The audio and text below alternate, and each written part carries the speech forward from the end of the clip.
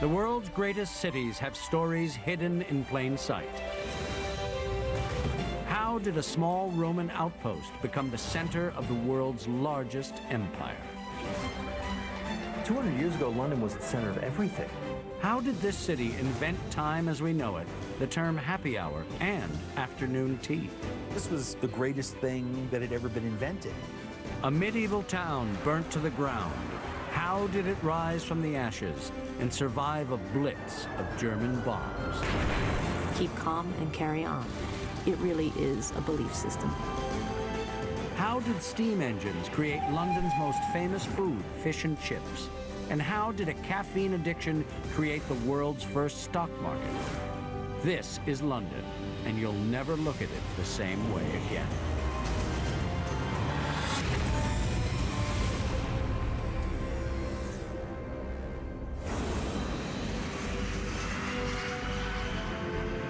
"10:30 a.m. British Airways Flight 004 from New York is on final approach to London, following a course up the winding River Thames. 2,000 years earlier, Romans sailed along the same approach, and on a bend in the river built a small outpost they called Londinium. Today, that settlement has grown into a 600-square-mile metropolis of 8 million people. Captain Colin Creer has piloted this craft safely across the Atlantic Ocean. Now he and his crew face their greatest challenge. Landing at London City Airport, in the heart of the capital. Well, landing at London City Airport is a challenging landing because there's a very steep approach which we have to make to avoid the built-up areas of Canary Wharf. The runway ahead is only half the length of normal international runways. Passengers take in the view, unaware that here there is no margin for error.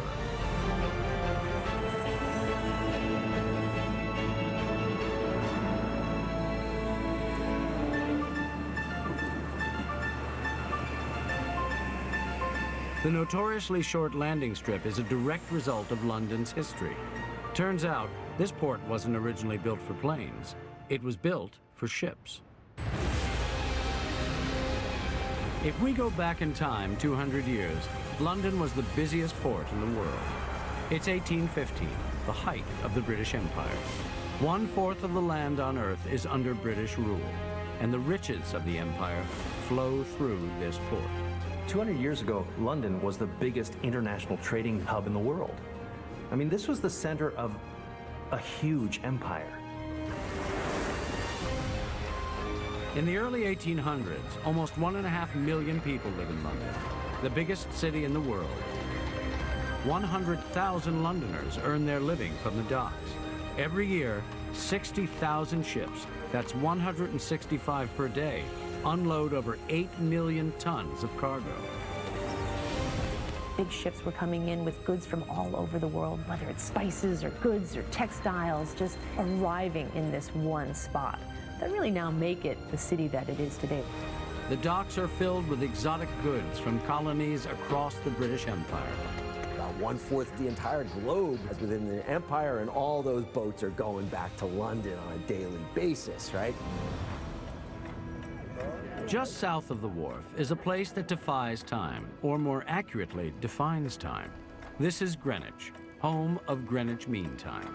That's 5 hours ahead of Eastern Standard.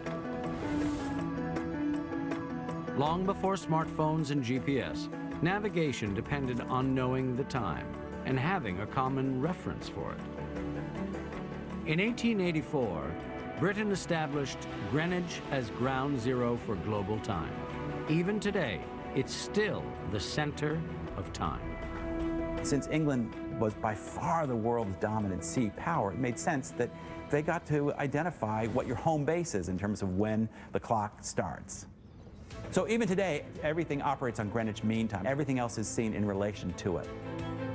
British sea power declined in the mid-20th century.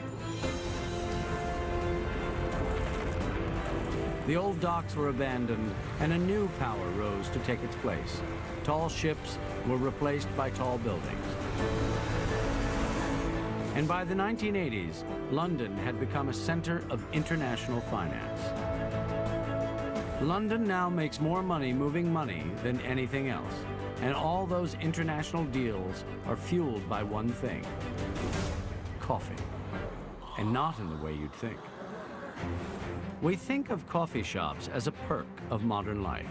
But what most people don't know is coffee shops were just as popular in London 300 years ago. Coffee was like the crack of the 18th century. When people really started to realize how awesome coffee is, they would sit in these coffee shops and drink like 30 cups a day. Coffee was imported to London from Turkey in the 17th century. The stimulating effects of caffeine caught on among London businessmen seeking an edge, and coffee shops quickly became the hub of the city's hyper-caffeinated financial crowd. One man, Johnny Castang, takes advantage of this gathering of money men and starts to issue a twice-weekly list of stock prices at Jonathan's Coffee House. Fortunes are made and lost selling shares at the coffee shop, which, in 1773, is renamed the London Stock Exchange, now worth $3 trillion. Today, London has over 1,500 coffee shops, and more people drink coffee in London than in New York. Which is eye-opening, since coffee isn't even the caffeinated beverage Londoners are most famous for drinking. That, of course, is tea. But I'll tell you where the best place to get a cup of tea is. It's not like the big department stores, or, it's not those places. There's these little green cabbie huts. And maybe 100 years ago, there were hundreds of them all over London. And this is where London cabbies can finally have a break. They park, and the little hut that's in the middle of the street only has room for like 6 seats, and you can't sit there. If you're not a cabbie, you can't sit in those seats, but you can walk up to the window and order a cup of tea. So that's how I like my tea in London. It's just a place that cab drivers can go, get a cup of tea, or get something to eat, and there's always other cab drivers in there.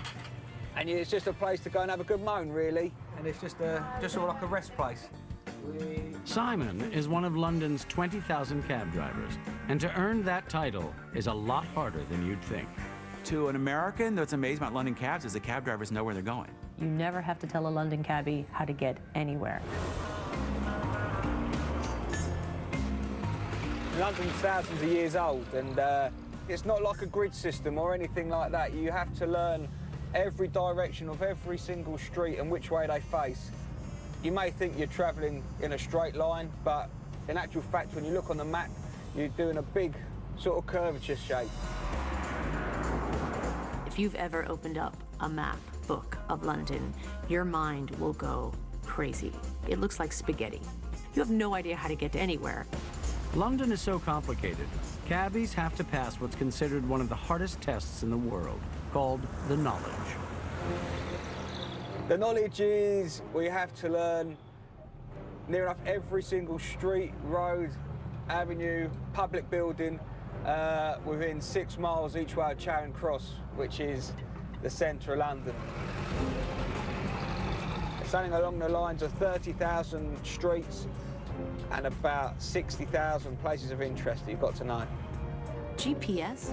What is that? They have it right up here. And all that knowledge has an unexpected effect. A recent scientific study showed a part of London cab drivers' brains is larger than the rest of ours. The knowledge does affect your brain. Inside your brain is the memory, which is called the hippocampus. And that part of your brain in all London cab drivers grows. And that's not easy for any of us to forget. But neither is another consequence of London's medieval city map. Its narrow, winding streets became the catalyst for a catastrophe in the 1600s. Packed with wooden housing, London was like a tinderbox. One spark, and the whole city would go up in flames.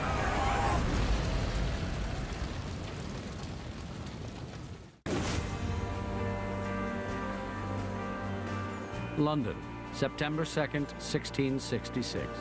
The end of one of the hottest summers on record. This is a dirty, plague-ridden city of 500,000 people living in cramped old wooden housing.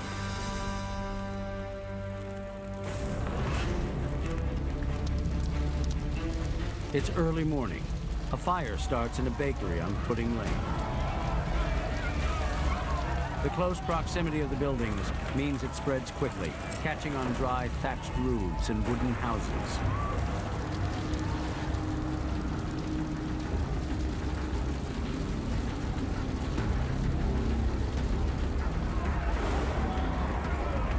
In a bid to contain the blaze, King Charles II issues a bold order: blow up all houses in the fire's path to block its advance.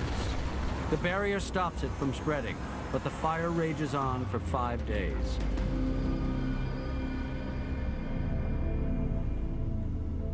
Miraculously, only 6 people die, but most of the city lies in smoldering ruins.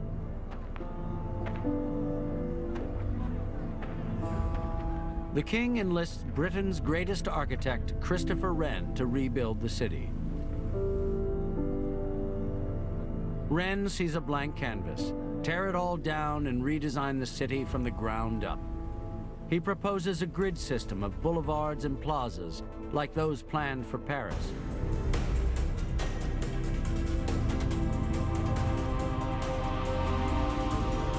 But London's wealthy landowners aren't about to redraw their property lines. So Wren begins rebuilding on the city's original medieval street plan. But instead of wood, they use brick and stone. A lot of rebuilding went on, but the city wasn't as profoundly rethought as was Paris. But one part of Wren's grand plan did achieve fruition: St. Paul's Cathedral, replacing the original wooden St. Paul's destroyed in the fire. Its new motto, engraved in Latin, is Resurgam, I will rise again. And rise it did. After 35 years of construction, St. Paul's enormous dome was second in size only to St. Peter's in Rome. Until the 1960s, it was the tallest building in London. And in 1981, it's the only cathedral large enough for the wedding of Charles and Diana. Well, it's a wonderful shape, St. Paul's Cathedral, and there's nothing else like it. St. Paul's is one of my favorite destinations in London. I love the view there. It's a great view. 1 mile north of St. Paul's is a second marvel of British architecture. Known as the Cathedral of the Railways, St. Pancras is among London's busiest train stations, a monument to the innovation that turned London into the modern metropolis of today. With the arrival of trains in the 1800s, raw materials could be transported quickly and efficiently from London to burgeoning industries outside of the city and throughout Britain. Instead of days, goods arrived in a matter of hours. Trains turned the entire country into an industrial machine, and London was its engine. Once the largest enclosed space in the world, today St. Pancras is an enduring testament to the ingenuity of its designers. Station manager Jay Newton knows every nook and cranny. It's quite an incredible building. It really does give you an idea of what they undertook that 150 years ago. From its roof, you get a real sense of the scale of the station. Incredible, absolutely incredible building. The railways allowed the north of England to connect with London, and that's what made London what it is today. That's what brought the industry, the big industry and the Industrial Revolution from the north, the cotton, everything else that was happening in the north of London, down into London. It made it available. With trains powering an industrial revolution, London grew exponentially, from 2 million to 4 million in less than 30 years. A 25 square mile city became a 100 square mile metropolis. I think railways are enormously important to London. You just have to look at the stations. I mean, we have now St. Pancras, which has been put back to its original glory. It's wonderful. St. Pancras has recently had a $1 billion renovation. The station itself has now become a destination. The old ticket office is now a bar.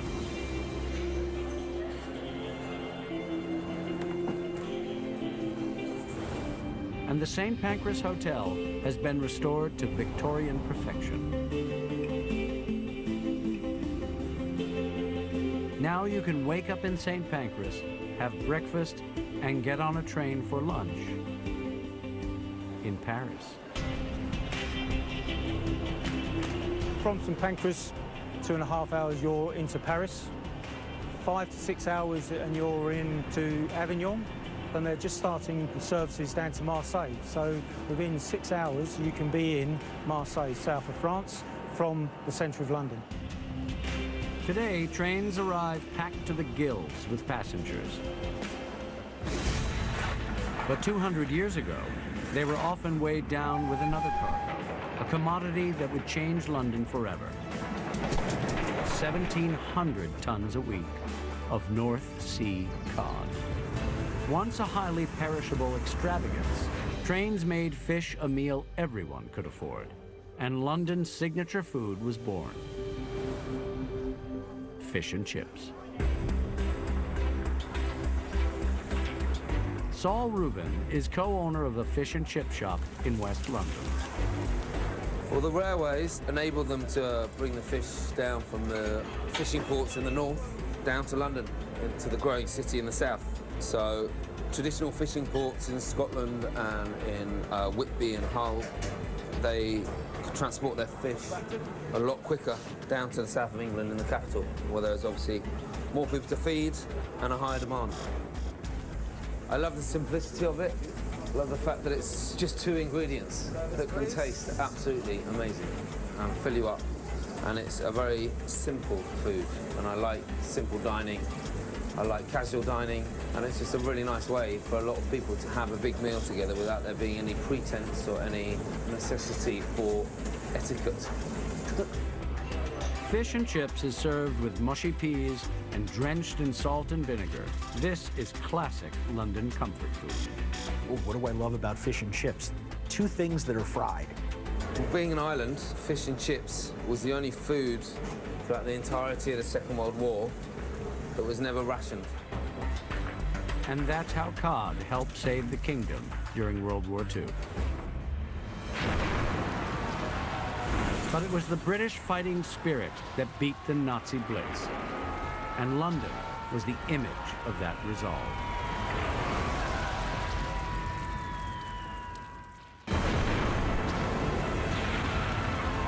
(1940) London. German bombs rain down on the British capital.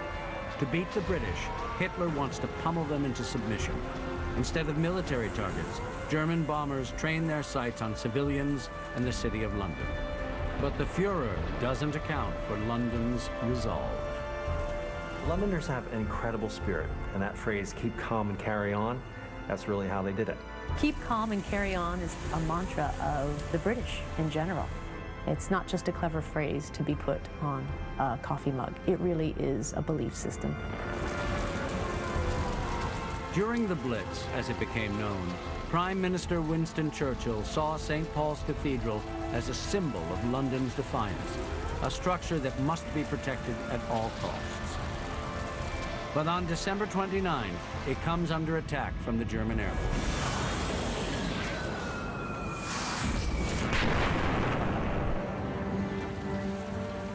In the first 3 hours, they drop over 120 tons of explosives on London. Flames engulf the area around St. Paul's, and the cathedral dome takes a direct hit.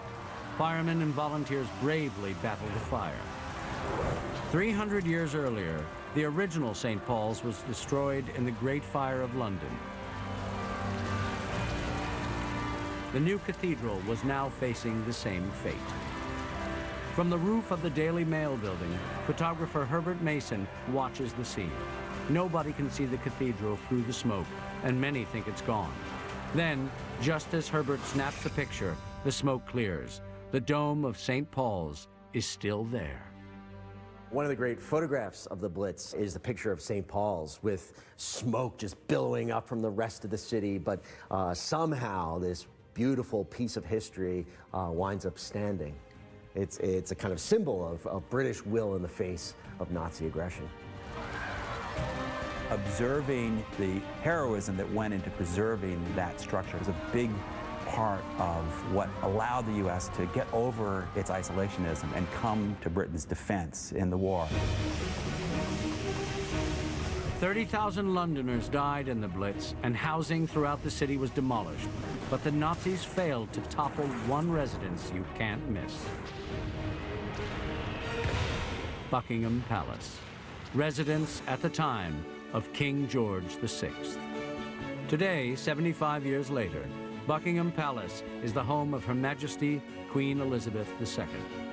Out front of the palace is the famous balcony where the royal family appears on public occasions.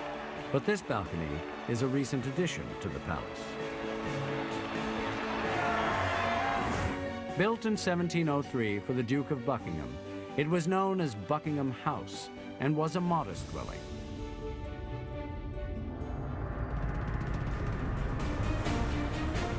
60 years later, it was acquired by the royal family, and work began turning it into a palace. In 1837, Queen Victoria moved in. She decided it still wasn't big enough and made sure there were at least 240 bedrooms. To stop people peering into those rooms, the Queen pushed for a law that prevented any building in London from being over 80 feet tall. One thing I love about London is that the zoning was actually done by order of the Queen, so no one could build a building tall enough to look into the palace. I think that's really tells you a lot about London and about English values. It wasn't until the mid-20th century that the regulations were relaxed. In fact, it wasn't until 1962 that a building was built that was taller than St. Paul's. But now London's skyline is climbing into the sky.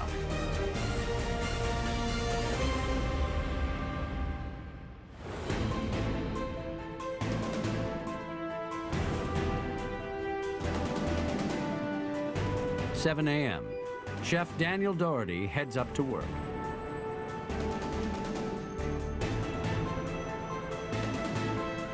He takes the elevator to the 40th floor.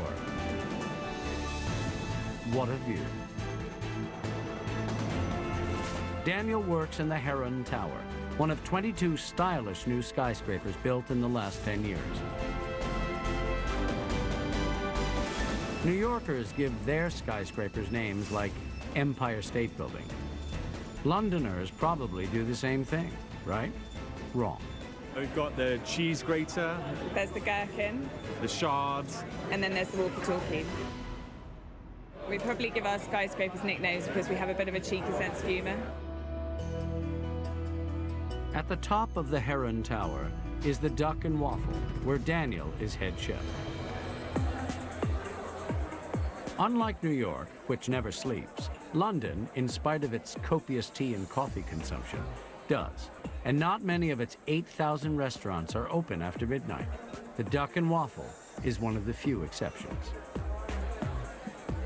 You've got a restaurant that's full at 3 o'clock in the morning. If you come here on a Saturday at 3 o'clock in the morning, it's rammed. And that's, dining customers. That's not drinking, it's not a club, it's not a late night bar, it's a 24-hour restaurant. All of the new skyscrapers give London a very 21st century look.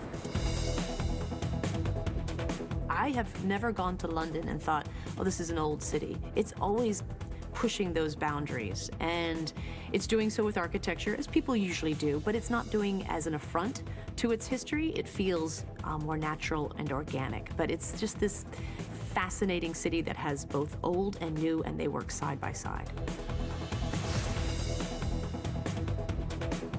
This is the Shard, the tallest building in Western Europe, and one of the newest, and it stands right next to one of the oldest landmarks, Borough Market. Borough Market is brilliant. I mean, I found out the other day it's been here 1,000 years. It's amazing. Borough Market has been in continuous operation since 1014. It's the oldest market in London and a food lover's destination. You can pick up a brace of pheasants and walk home like Henry VIII, or you can, you know, grab a fresh juice. Or... No, it is brilliant, genuinely. I'd get very, very fat if I lived here, though, because I just eat all day. Borough offers pretty much any type of food you can imagine. Borough Market is famous from all sorts of different foods from all over the world. From French cheeses, olives and bread, to English pies, Spanish paella, and Asian curries, it perfectly reflects the multicultural feel of the city. What city in the world has grown more and become more international and changed more in the last 10, 15 years than London? There seems to be a fantastic balance now with both Anglican London and immigrant London, the ethnic experience there. Borough Market is a perfect place to pick up a prime cut of beef, the basis of one of London's traditions, the Sunday roast. Originally given to farm workers hundreds of years ago on Sundays after church. Horseradish? It's such a part of British culture, the French refer to the Brits as roast beef. If you're coming to London, you really need to have a roast dinner, because that's what we're known for best in England. If you're coming to London, yeah, you'll definitely have to have a roast beef dinner. Try it out, see how you like it. I really think like roast beef and the idea of the roast dinner is part of our like national identity as well. It comes hand in hand with tea and crumpets, I think. Throughout Britain, roast beef satisfies the heartiest of appetites. But in London, it's beer that keeps the city's spirits afloat. And there's one place where it flows like the River Thames, the pub.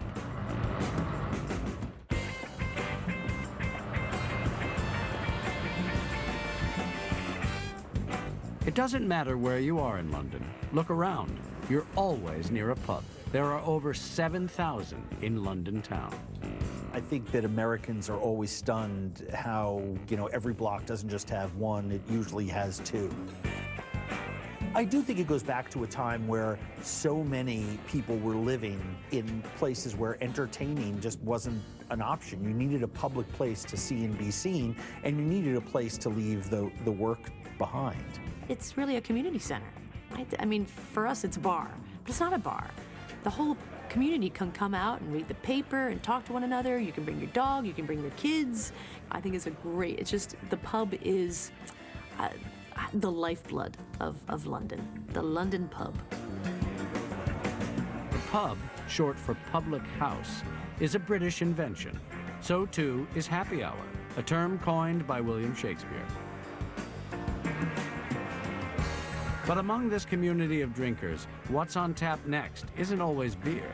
Many reach for a spirit with a long, dubious history: gin.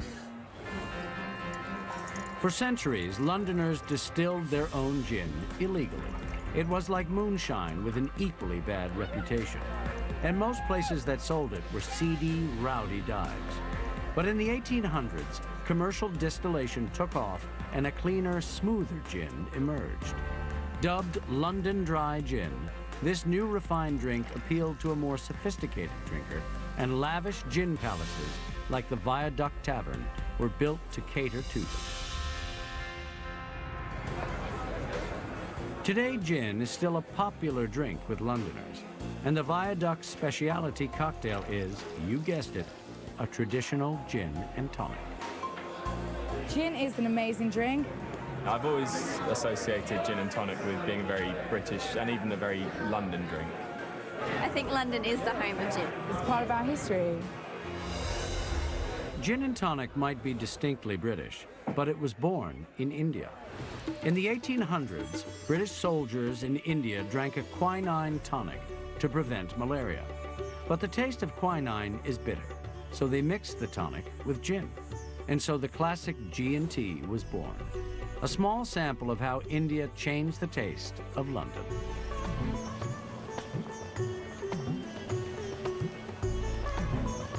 For 300 years, India was part of the British Empire. The empire had many colonies around the world, like Australia, Malaysia, and Canada, all governed from London. But India was the jewel in the crown. And that left its mark on London, not just with gin and tonic, but also curry. London is now the world capital of Indian food.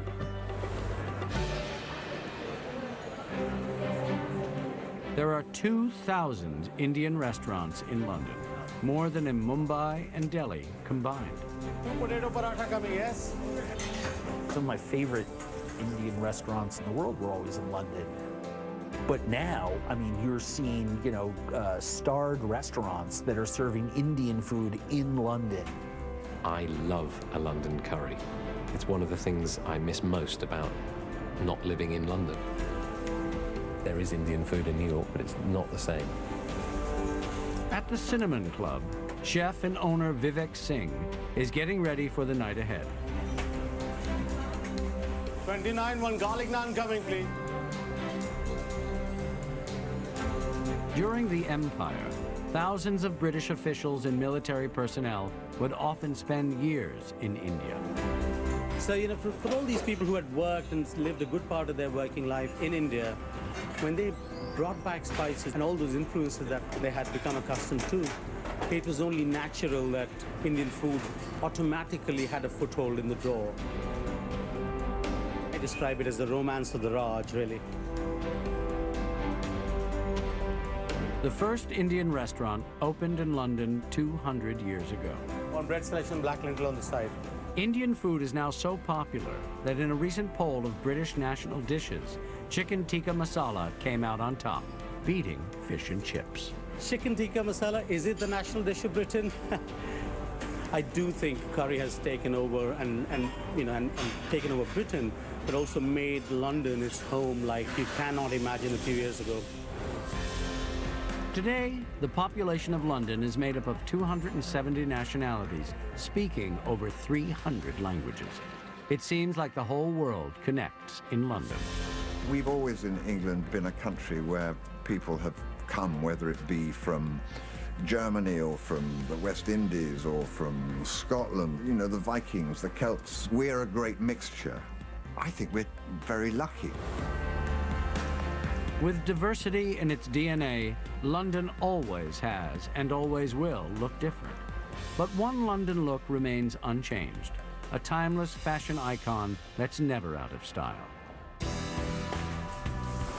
The Savile Row hand-tailored suit.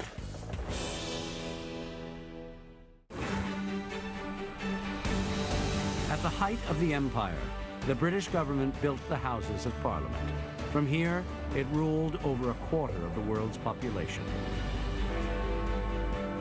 I think you see that sense of empire in the buildings. Often just what's carved, That British sense of rightness and of language, that English is the language. Parliament is the site of the most famous clock in the world, known as Big Ben.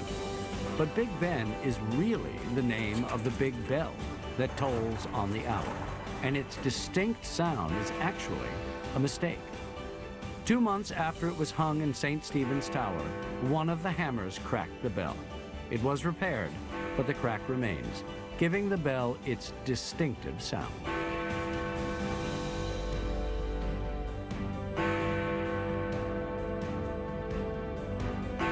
The bell was cast by the Whitechapel Bell Foundry, which also made the Liberty Bell, which also cracked. Another long-standing legacy of the British Empire is the suit. If cities have a man's uniform, it's this, and it was born in London.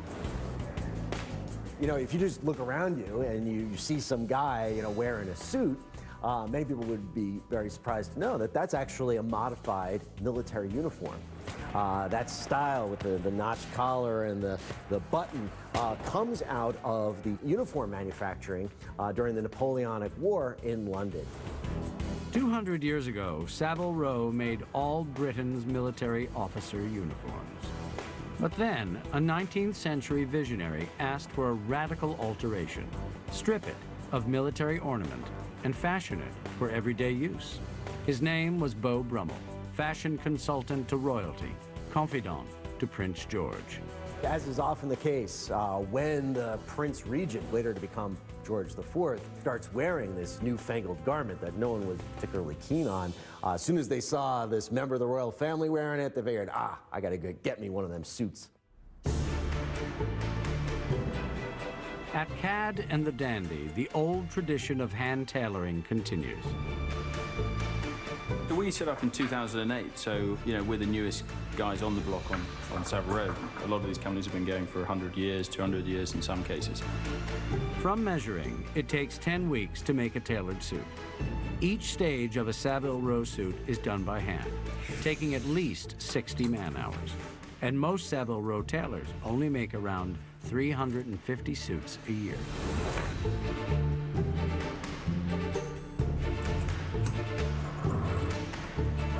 Tailoring for 50 years, nearly 50 years. Well, my grandfather was a tailor, and my father, and I'm just following in the footsteps. The suit in its current form hasn't changed, an enormous amount in the last 150 years. The construction methods certainly haven't. It's done the old-fashioned way because it's simply the best way. The Savile Row suit is tailored for a man who's always thinking ahead.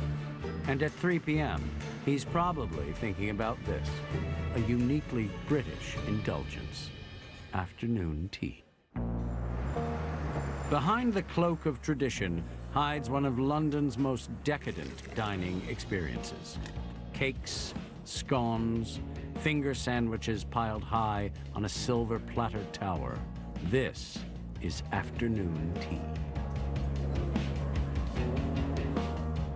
I went to London the year that I turned 12, and we're staying at some fancy pants hotel. I was with my dad, and you took tea.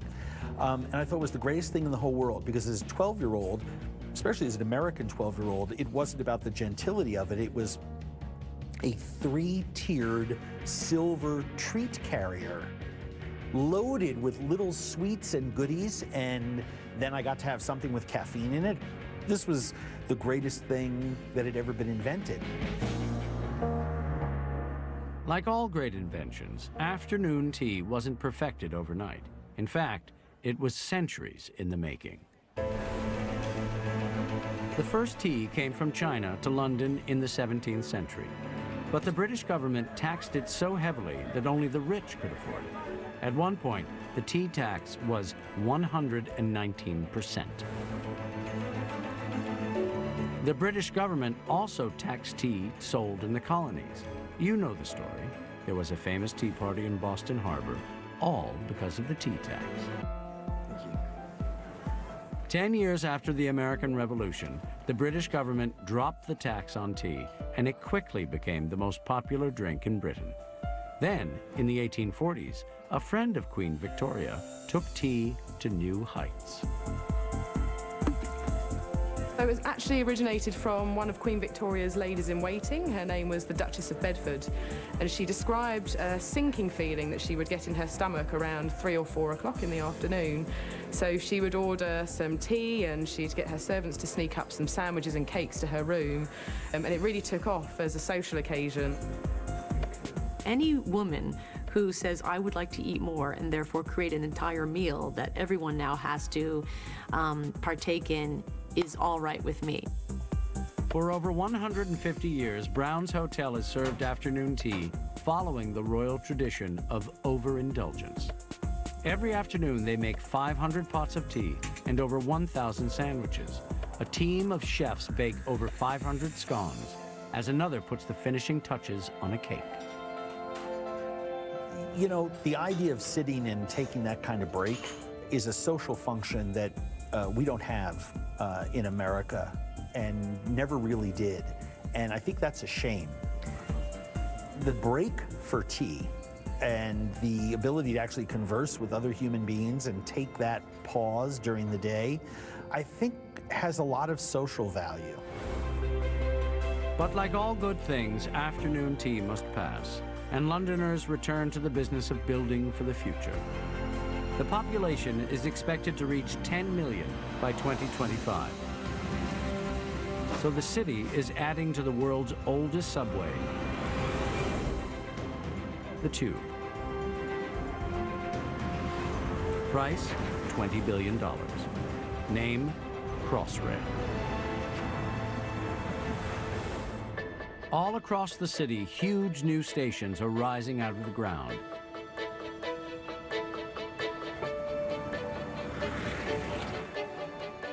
This is the new station at Paddington. Well, down here, this is the construction of the station itself. And what you can see down there is pretty much the platform level, so that's where the trains will be coming in.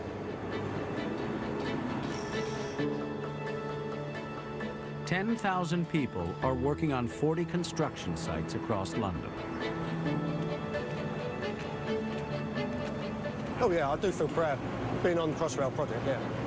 My father was here for 40 years working on the main station, so he spent 30 years on Paddington Station, and then 10 years prior to that, he was a black cabbie ranking on Paddington Station. So then I come along with Crossrail and help build this part of the job. This machine is named Victoria, after Queen Victoria.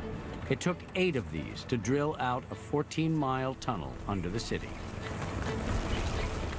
The tunnels were created using tunnel boring machines, 4 meters in diameter, big teeth on the front, and they just gnaw their way through the clay of London. During drilling, they found ancient burial sites of bubonic plague victims and remains of a Roman road. It's the past and the future of London all together in the underground. What I love about London is this layering of beautiful ancient architecture and an urban layout, along with a lot of new technology that somehow fits alongside things that are 400 or 500 years old. London is no longer the center of an empire, but it's still the world's #1 city destination. There's an old saying that if you're tired of London, you must be tired of life, because London has all that life has to offer.